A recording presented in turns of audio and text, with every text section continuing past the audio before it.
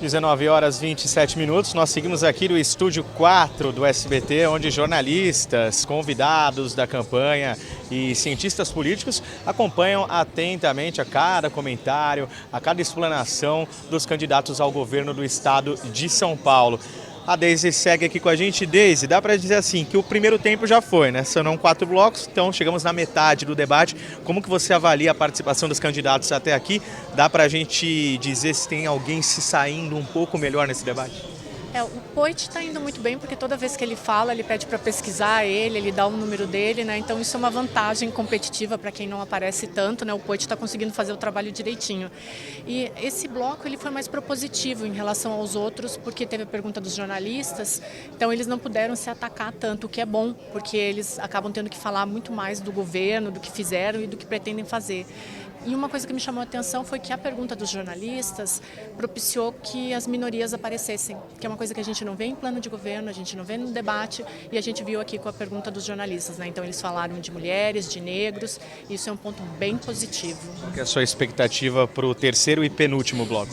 Agora tem que dar tudo de si, né? Deve ficar um pouco mais agressivo, mais incisivo. Os candidatos eles voltam a debater uns com os outros e aí é reta final, é disputa pelo voto, então deve ser um pouquinho mais incisivo mesmo. Certo, Deise, muito obrigado. A gente segue aqui acompanhando. Ao meu lado a Paola Sec, trazendo mais uma análise técnica com mais um convidado. Com você, Paola. Obrigada.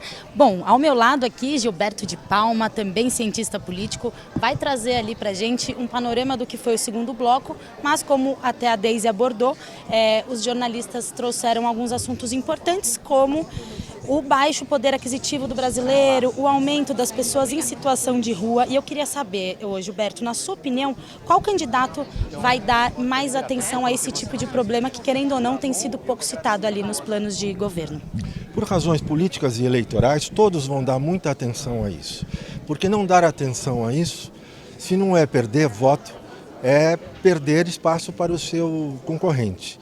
A questão não é que espaço eles dariam para esse tema, se houver 5 temas ou 4 mais importantes, certamente esse é um deles. A questão é o que vão fazer efetivamente, ou quanto de sinceridade está ali embutido nestas falas, que são falas de uma corrida, não é? E eleitores e eleitoras bem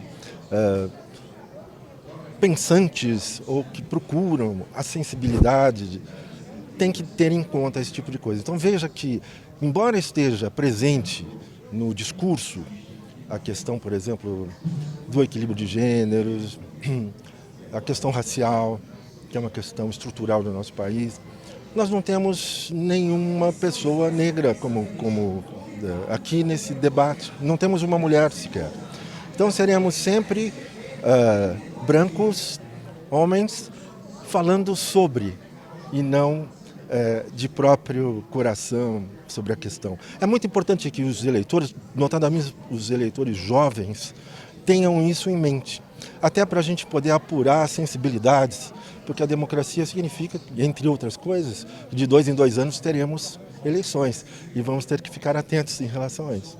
Perfeito. A gente tem uma pesquisa do Datafolha que diz que 69% dos eleitores não sabem ainda em quem vão votar para deputado estadual. Isso acaba sendo também uma consequência das pessoas esperarem pelo último momento para encontrar seu candidato. O debate pode ser uma via de saída boa ali para a escolha?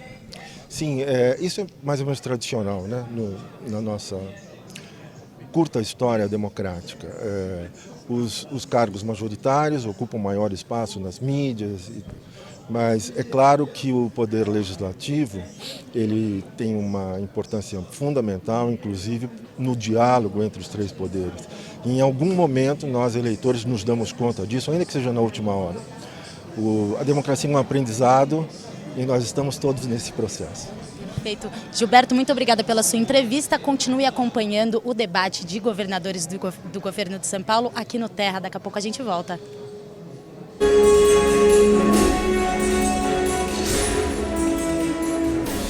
Voltamos com o debate para governador, que é promovido pelo maior pool de veículos de comunicação formado por SBT, Terra, Nova